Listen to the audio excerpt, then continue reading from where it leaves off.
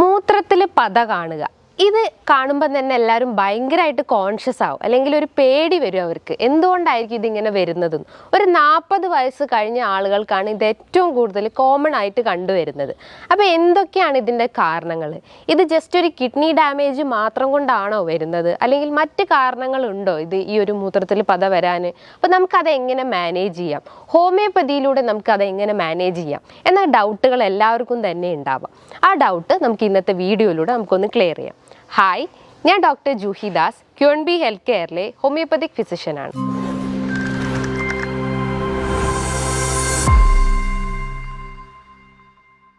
നമുക്കറിയാം, renal system എന്ന് പറയുമ്പം കിഡ്നി, ബ്ലാഡർ, യുറേറ്റർ ഈ ഒരു ഓർഗൻസ് ചേർന്നിട്ടുള്ളതാണ് റീനൽ സിസ്റ്റം എന്ന് പറയുന്നത്. നമ്മുടെ ഒരു ബ്ലഡ് വോളിയം എന്ന് പറയുന്നത് ഒരു 4.5 മുതൽ 5.5 ലിറ്റർ വരെയാണ്. ഈ ഒരു ബ്ലഡ് വോളിയത്തിൻ്റെ അകത്ത് പ്രോട്ടീൻ ഉണ്ട്. ഈ പ്രോട്ടീൻ എന്ന് പറയുമ്പം ആൽബുമിനും ഉണ്ട്, അതേപോലെ തന്നെ ഗ്ലോബുലിൻ കണ്ടൻറ്റും ഉണ്ട്. ഈ ഒരു പ്രോട്ടീൻ്റെ സഹായത്തോടെയാണ് നമ്മുടെ ശരീരത്തിലെ ഓരോ ഫങ്ഷൻസും നടക്കുന്നത്. അതായത് നമ്മളെ മസിൽ സ്ട്രെങ്ത് ഇൻക്രീസ് ചെയ്യാൻ, നമ്മളെ ഹെയർ, സ്കിന്ന്, അതേപോലെ തന്നെ RBC പ്രൊഡക്ഷൻ, അതായത് ചുവന്ന രക്താണുക്കളൊക്കെ ഉണ്ടാക്കാൻ സഹായിക്കുന്നത് ഇത്തരം പ്രോട്ടീൻസാണ്. അതായത് ആൽബുമിൻ, ഗ്ലോബുലിൻ പോലത്തെ ഇത്തരം പ്രോട്ടീൻസാണ്. അപ്പോൾ ഈ ഒരു പ്രോട്ടീൻസ് നമ്മളെ ബോഡിയിൽ, അതായത് നമ്മളെ രക്തത്തിൽ ഓൾറെഡി പ്രസൻ്റ് ആണ്. പക്ഷെ അത് യൂറിനിലൂടെ കാണുമ്പോൾ, അല്ലെങ്കിൽ യൂറിനിൽ നമ്മൾ ആ പ്രോട്ടീൻസ് കാണുമ്പോഴാണ് നമ്മൾ കൂടുതലായിട്ട് വെറീഡ് ആവുക.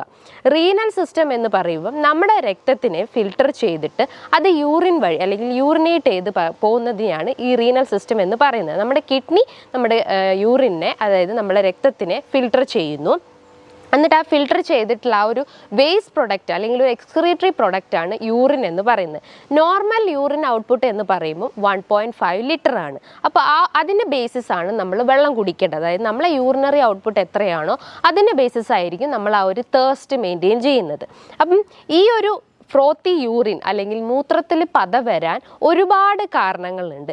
മെയിനായിട്ടുള്ളതാണ് അവർക്ക് കിഡ്നി ഡാമേജ് എന്ന് പറയുമ്പോൾ എല്ലാവരും തന്നെ ഉദ്ദേശിക്കുന്നതാണ് റീനൽ സ്റ്റോൺ, അതായത് റീനൽ കാൽക്കുലി, അല്ലെങ്കിൽ മൂത്രത്തിൽ കല്ല് വരിക, അല്ലെങ്കിൽ കിഡ്നി സ്റ്റോൺ എന്ന് പറയുന്നത്. അപ്പോൾ കിഡ്നി സ്റ്റോൺ വരാനുള്ള കാരണങ്ങൾ എന്തൊക്കെയാണ്? നിങ്ങൾ അമിതമായിട്ട് എന്തെങ്കിലും പ്രോട്ടീൻ ഇൻടേക്കോ, അല്ലെങ്കിൽ നിങ്ങളുടെ ശരീരത്തിൽ കൃത്യമായിട്ടുള്ള ജലാംശത്തിൻ്റെ അളവ് ഇല്ലെങ്കിലോ, അല്ലെങ്കിൽ ഓവർ വർക്കൗട്ട് ചെയ്യുന്ന ആളുകൾക്കൊക്കെയാണ് ഇത്തരം കിഡ്നി സ്റ്റോൺ ഡെവലപ്പ് ചെയ്യുന്നത്. അല്ലെങ്കിൽ അമിതമായിട്ടുള്ള രക്തസമ്മർദ്ദമുള്ള ആളുകൾക്ക്, അല്ലെങ്കിൽ കൂടുതലായിട്ട് കലോറി അടങ്ങിയിട്ടുള്ള, അല്ലെങ്കിൽ ഫാറ്റ് അടങ്ങിയിട്ടുള്ള ഭക്ഷണങ്ങളൊക്കെ കഴിക്കുമ്പോഴാണ് നമുക്ക് ഈ കിഡ്നി സ്റ്റോണിൻ്റെ പ്രശ്നങ്ങൾ ഉണ്ടാകുന്നത്. കോമൺ ആയിട്ട് കണ്ടുവരുന്ന ഒരു കിഡ്നി സ്റ്റോൺ എന്ന് പറയുന്നത് കാൽഷ്യം ഓക്സലേറ്റ് ക്രിസ്റ്റൽസ് ആണ്. അതായത് കിഡ്നീൻ്റെ ആ ഒരു അപ്പർ പോളിലും മിഡിൽ കോർട്ടെക്സിലും അതേപോലെ തന്നെ ലോവർ കോർട്ടെക്സിലും ഒക്കെ ആയിട്ട് ഇങ്ങനെ സ്റ്റോൺസ് ഡിപ്പോസിറ്റ് ചെയ്യാനുള്ള ഒരു ചാൻസസ് ഉണ്ട്. അപ്പം ഒരു 4 mm സൈസുള്ള ഒരു സ്റ്റോൺ ആണെങ്കിൽ അത് നോർമലി നമ്മളെ യൂറിനിലൂടെ അത് പാസ് ഔട്ട് ചെയ്ത് പോകും. പക്ഷേ 4 mm കൂടുതലായിട്ടുള്ള ഒരു സൈസുള്ള സ്റ്റോൺ ആണെങ്കിൽ അത് നമുക്ക് ട്രീറ്റ്മെൻറ്റ് എക്സ്റ്റേണലി തന്നെ കഴിക്കണം. എന്നാലേ ഉള്ളൂ അത് നമ്മൾ ആ ഒരു സ്റ്റോൺ കംപ്ലീറ്റ് ആയിട്ട് അത് ഡിസോൾവ് ചെയ്ത് പോകത്തുള്ളൂ. അപ്പോൾ കിഡ്നി സ്റ്റോൺ ഉള്ള ആളുകൾക്കും ഇത്തരം മൂത്രത്തിൽ പത വരാനുള്ള ഒരു ചാൻസസ് ഉണ്ട്. അതേപോലെ തന്നെ നമുക്ക് മറ്റൊരു കാരണം എന്ന് പറഞ്ഞു കഴിഞ്ഞാൽ, നിങ്ങളുടെ ശരീരത്തിൽ കൃത്യമായിട്ട് ജലാംശം മെയിൻറ്റെയിൻ ചെയ്തിട്ടില്ലെങ്കിൽ, അല്ലെങ്കിൽ നിങ്ങളുടെ ബോഡി കൂടുതലായിട്ടും ഡീഹൈഡ്രേറ്റഡ് സ്റ്റേജിലോട്ട് പോയിട്ടുണ്ടെങ്കിൽ, നമ്മുടെ ശരീരം എന്ന് പറയുമ്പം ഒരു ബോഡി ടെമ്പറേച്ചർ, അല്ലെങ്കിൽ നമ്മൾ ആ ഒരു ടെമ്പറേച്ചർ മെയിൻറ്റെയിൻ ചെയ്യാൻ പറ്റുന്നതാണ്. അപ്പോൾ കൃത്യമായ അളവിൽ നമ്മൾ വെള്ളം കുടിച്ചിട്ടില്ലെങ്കിലും ഇത്തരം പ്രശ്നങ്ങൾ ഡെവലപ്പ് ചെയ്യാനുള്ളൊരു ചാൻസസ് ഉണ്ട്. മറ്റൊരു പ്രധാനപ്പെട്ട ഒരു കാരണം എന്ന് പറഞ്ഞു കഴിഞ്ഞാൽ, നിങ്ങൾക്ക് ഇടയ്ക്കിടയ്ക്ക് യൂറിനറി ഇൻഫെക്ഷൻസ് വരുന്നു, അല്ലെങ്കിൽ യൂറിനറി ട്രാക്ട് ഇൻഫെക്ഷൻസ് റെക്കറൻ്റ് ആയിട്ട് വന്നുകൊണ്ടിരിക്കുന്നു. ഇത് എസ്പെഷ്യലി ഫീമെയിൽസിലാണ് ഏറ്റവും കോമൺ ആയിട്ട് കണ്ടുവരുന്നത്. അതിൻ്റെ ഒരു റീസൺ എന്ന് പറയുമ്പം ഷോർട്ട് യുറേത്ര, അതായത് സ്ത്രീകളെ നോക്കുമ്പോൾ അവരുടെ യുറേത്ര സ്ട്രക്ചർ ഭയങ്കര ഷോർട്ടായിരിക്കും. അതേപോലെ തന്നെ അവർ ആനൽ ഓപ്പണിങ്ങും അതേപോലെ തന്നെ യുറേത്രൽ ഓപ്പണിങ്ങും ക്ലോസ്ഡ് ആണ്. ഐ മീൻ വളരെ അടുത്തടുത്താണ്. അപ്പോൾ പെട്ടെന്ന് ഇൻഫെക്ഷൻസ്, അതായത് ആനസ് റീജിയനിലുള്ള ഇൻഫെക്ഷൻസ് പെട്ടെന്ന് യുറേത്രയിലേക്ക് സ്പ്രെഡ് ആവാനുള്ള ഒരു ചാൻസസ് ഉണ്ട്. അപ്പോൾ അത്തരം കാരണങ്ങൾ ഇത് സ്ത്രീകളിൽ ഏറ്റവും കൂടുതൽ വർദ്ധിച്ചു വരുന്നത്. എസ്ട്രീഷ്യ കോളയാണ് ഇതിനൊരു ഏജന്റ് ആയിട്ട് വർക്ക് ചെയ്യുന്നത്. അതായത് അത്തരം ബാക്ടീരിയാസ് ആണ് നമ്മൾ ആ ഒരു യൂറിനറി ട്രാക്റ്റിൽ ഡിപ്പോസിറ്റ് ചെയ്യും. അതിൻ്റെ ഒരു കോളനൈസേഷൻ കാരണമാണ് നമുക്ക് യൂറിനറി ട്രാക്ട് ഇൻഫെക്ഷൻസ് വരുന്നത്. അതിൻ്റെ ഒരു ലക്ഷണങ്ങൾ എന്ന് പറയുമ്പം അതിശക്തമായിട്ടുള്ള വേദന അനുഭവപ്പെടുന്നു. അതായത് മൂത്രം ഒഴിക്കുമ്പോൾ ഒരു ബേണിംഗ് സെൻസേഷൻ ഉണ്ടാവുന്നു. ചില ആളുകൾക്ക് യൂറിനേറ്റ് ചെയ്താലും ഇനിയും പോകാനുള്ള ഒരു ടെൻഡൻസി ഉണ്ടാവുന്നു. അതിശക്തമായിട്ടുള്ള നടുവേദന അനുഭവപ്പെടുന്നു. രാത്രി കാലങ്ങളിൽ പനി അനുഭവപ്പെടുന്നു. അതായത് വിറയലോട് കൂടിയിട്ടുള്ള ഒരു ചിൽസ് ഫീലിങ്സ് ഉണ്ടാവുന്നു.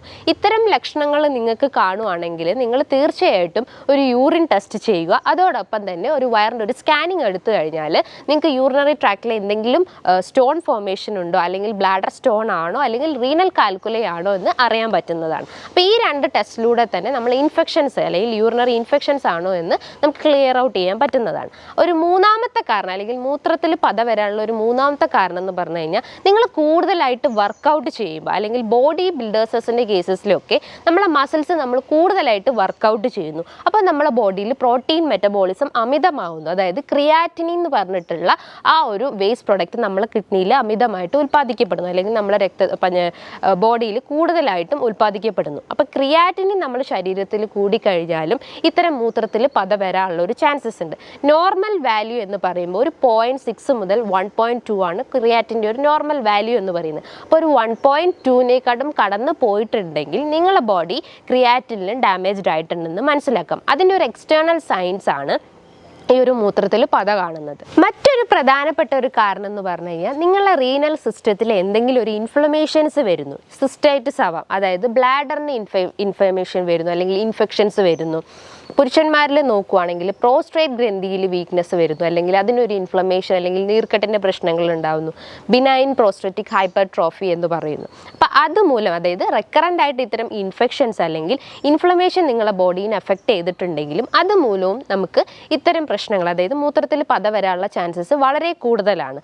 പ്രോസ്ട്രേറ്റ് ഗ്രന്ഥി എന്ന് പറയുമ്പം പുരുഷന്മാരിൽ സെമൻ പ്രൊഡക്ഷനും അതേപോലെ തന്നെ യൂറിൻ ഫ്ലോനെയും സഹായിക്കുന്ന ഒരു ഗ്ലാൻഡാണ്.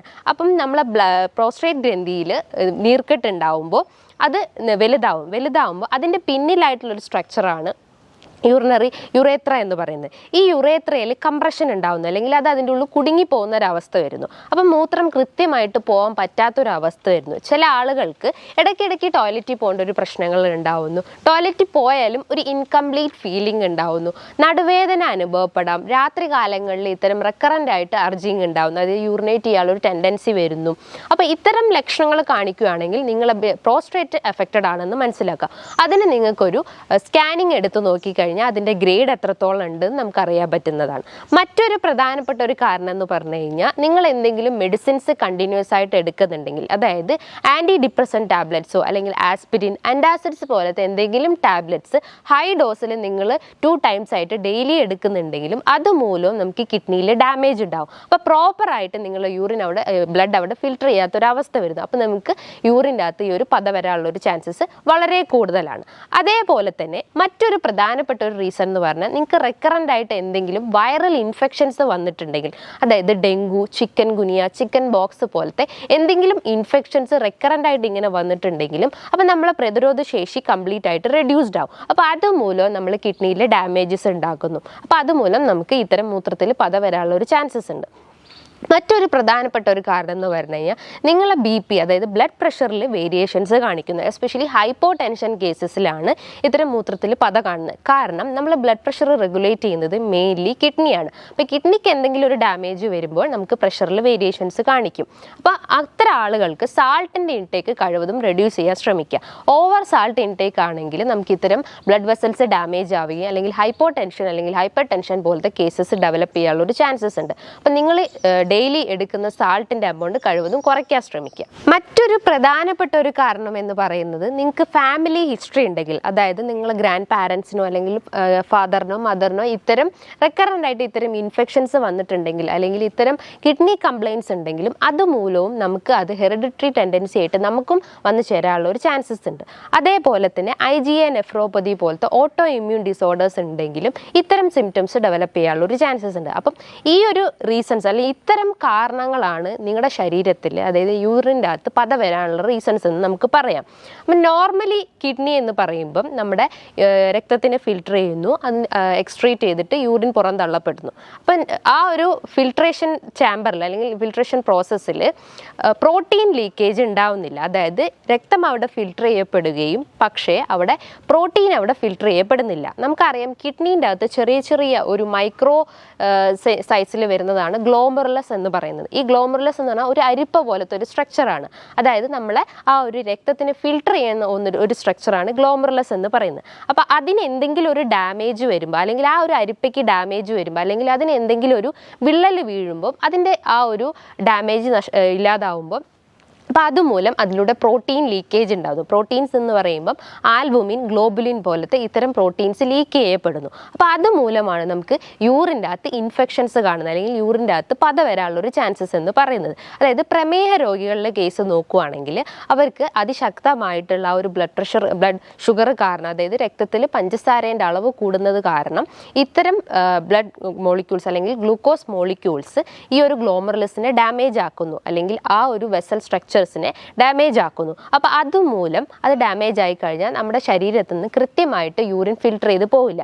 യൂറിൻ ഫിൽട്ടർ ചെയ്ത് പോയി കഴിഞ്ഞാലും അതിൻ്റെ അകത്ത് പ്രോട്ടീൻ്റെ പ്രസൻസ് ഉണ്ടാവുന്നു. അതായത് മൈക്രോ ആൽബുമിൻ പോലത്തെ ഇത്തരം പ്രസൻസ് നമ്മൾ യൂറിനിൽ കാണപ്പെടുന്നുണ്ട്. അപ്പോൾ അതിൻ്റെ ഒരു റീസൺസ് എന്ന് പറയുമ്പോൾ അതിശക്തമായിട്ടുള്ള, അതായത് പ്രമേഹ രോഗികളിലാണ് ഏറ്റവും കൂടുതൽ കാണുന്നത്. അപ്പോൾ നിങ്ങൾക്ക് ചെയ്യേണ്ട ഒരു ടെസ്റ്റ് എന്ന് പറയുമ്പോൾ, ഇത്തരം മൂത്രത്തിൽ പത കാണുന്ന ഒരു സിറ്റുവേഷൻ വന്നു കഴിഞ്ഞാൽ നിങ്ങൾ ചെയ്യേണ്ട ഒരു ടെസ്റ്റ് എന്ന് പറയുമ്പോൾ മൈക്രോ ആൽബുമിൻ ടെസ്റ്റ് നിങ്ങൾക്ക് ചെയ്യാം. അത് ചെയ്ത് കഴിഞ്ഞാൽ നിങ്ങളുടെ ആ ഒരു യൂറിൻ്റെ അകത്ത് എത്രത്തോളം ആൽബുമിൻ പ്രസൻ്റ് ആണെന്ന് മനസ്സിലാക്കാം. നോർമൽ ആൽബുമിൻ എന്ന് പറയുമ്പോൾ ഏകദേശം ഒരു 30 ml ആണ്. ഒരു 300 ml കൂടുതലായിട്ടുണ്ടെങ്കിൽ അത് ഹൈപ്പർ ആൽബുമിനൂറിയ എന്ന് പറയുന്നത്. അതായത് യൂറിൻ്റെ അകത്ത് 300 ml എബോവിൽ ആൽബുമിൻ കാണുവാണെങ്കിൽ നിങ്ങളുടെ കിഡ്നി അത്രയും ഡാമേജ്ഡ് ആയിട്ടുണ്ട്, അല്ലെങ്കിൽ ആ ഒരു ഫിൽട്രേഷൻ പ്രോസസ്സ് തന്നെ ഡാമേജ്ഡ് ആയിട്ടുണ്ടെന്ന് മനസ്സിലാക്കാം. നിങ്ങൾക്ക് എന്തെങ്കിലും കിഡ്നി സ്റ്റോണോ അല്ലെങ്കിൽ ബ്ലാഡർ ഇൻഫ്ലമേഷനോ അല്ലെങ്കിൽ പ്രോസ്റ്റേറ്റിന് ഇൻഫെക്ഷൻസ് ഒക്കെ ഉണ്ടെങ്കിൽ നിങ്ങൾക്ക് ഒരു സ്കാനിങ് എടുത്ത് നോക്കാം. അതായത് വയറിൻ്റെ ഒരു സ്കാനിങ് എടുത്തു കഴിഞ്ഞാൽ ഈ ഒരു കണ്ടീഷൻസ് ഉണ്ടോ നമുക്ക് ഐഡൻറ്റിഫൈ ചെയ്യാൻ പറ്റുന്നതാണ്. ഈ 2 ടെസ്റ്റുകൾ ചെയ്താൽ തന്നെ നമുക്ക് ആ ഒരു മൂത്രത്തിലെ പത വരുന്നതിൻ്റെ റീസൺസ് എന്താണെന്ന് നമുക്ക് കണ്ടെത്താൻ പറ്റുന്നതാണ്. അപ്പം നിങ്ങൾ ശ്രദ്ധിക്കേണ്ട കാര്യങ്ങൾ എന്ന് പറയുമ്പം ടൂ മച്ച് വർക്കൗട്ട് കഴിവതും അവോയ്ഡ് ചെയ്യാൻ ശ്രമിക്കുക. ഞാൻ പറഞ്ഞു, ഈ ഒരു ഓവർ വർക്കൗട്ട് കാരണം നമ്മുടെ ശരീരത്തിൽ പ്രോട്ടീൻ മെറ്റബോളിസം അധികമാവുന്നു, അല്ലെങ്കിൽ ക്രിയാറ്റിൻ്റെ ആ ഒരു ഫംഗ്ഷൻ കൂടുതലായിട്ട് നമ്മുടെ ബോഡിയിൽ പ്രവർത്തിക്കുന്നു. അപ്പോൾ ഓവർ വർക്കൗട്ടുള്ള ആളുകളാണെങ്കിൽ ഒരു മിതമായ രീതിയിൽ വർക്കൗട്ട് ചെയ്യാൻ ശ്രമിക്കുക. നല്ല രീതിയിൽ ബോഡി ഹൈഡ്രേറ്റ് ചെയ്യാൻ ശ്രമിക്കുക. അതായത് ഒരു ഡെയിലി ഒരു 10 to 15 ഗ്ലാസ് വെള്ളം, ഒരു തിളപ്പിച്ചാറിയ വെള്ളം തന്നെ കുടിക്കാൻ ശ്രമിക്കുക. അതായത് നമ്മുടെ ബോഡിയിൽ ജലാംശം നഷ്ടപ്പെട്ട് കഴിഞ്ഞാലും ഇത്തരം മൂത്രത്തിൽ പത വരാനുള്ള ഒരു ചാൻസസ് ഉണ്ട്. അപ്പം നിങ്ങൾ എപ്പോഴും ശ്രദ്ധിക്കേണ്ട ഒരു കാര്യം എന്ന് പറഞ്ഞാൽ, എപ്പോഴും കിഡ്നി മാത്രമല്ല അവിടെ ആ ഒരു ഫ്രോത്തി യൂറിൻ വരാനുള്ള റീസൺസ് എന്ന് പറയുന്നത്. അതിൻ്റെ റീസൺസ് ആണ് ഞാൻ നേരത്തെ പറഞ്ഞിട്ടുള്ള ഈ ഒരു ഡീഹൈഡ്രേഷൻ, അതേപോലെ തന്നെ ഓവറായിട്ട് ഇൻഫെക്ഷൻസ് വരിക, ഇൻഫ്ലമേഷൻസ് വരിക. അപ്പോൾ ഇത്തരം കാരണങ്ങളാണ് നമുക്ക് ഇത്തരം ഫ്രോത്തി യൂറിൻ വരുന്നത്. അപ്പം നിങ്ങൾ എപ്പോഴും ഹൈഡ്രേഷൻ മെയിൻറ്റെയിൻ ചെയ്യാൻ ശ്രമിക്കുക. അതേപോലെ തന്നെ സാൾട്ടിൻ്റെ ഇൻടേക്ക് കഴിവതും കുറയ്ക്കാൻ ശ്രമിക്കുക. കാരണം സാൾട്ടിൻ്റെ ഇൻടേക്ക് കൂടിക്കഴിഞ്ഞാൽ നമുക്ക് ബ്ലഡ് പ്രഷറിൻ്റെ പ്രശ്നങ്ങൾ ഉണ്ടാകുന്നു. അതുമൂലം കിഡ്നി ഡാമേജസ് വരാനുള്ള ഒരു ചാൻസസ് ഉണ്ട്. അപ്പോൾ കഴിവതും സാൾട്ടിൻ്റെ ഇൻടേക്ക് റെഡ്യൂസ് ചെയ്യാൻ ശ്രമിക്കുക. നല്ല രീതിയിലൊരു സ്ലീപ്പ് മെയിൻറ്റെയിൻ ചെയ്യാൻ ശ്രമിക്കുക. നമ്മൾ കൂടുതലായിട്ട് സ്ട്രെസ്ഡ് ആയിട്ടുള്ള ആളുകളാണെങ്കിൽ നമ്മുടെ കിഡ്നീൻ്റെ മുകളിലായിട്ട് സ്ഥിതി ചെയ്യുന്നതാണ് അഡ്രിനൽ ഗ്ലാൻഡ് എന്ന് പറയുന്നത്.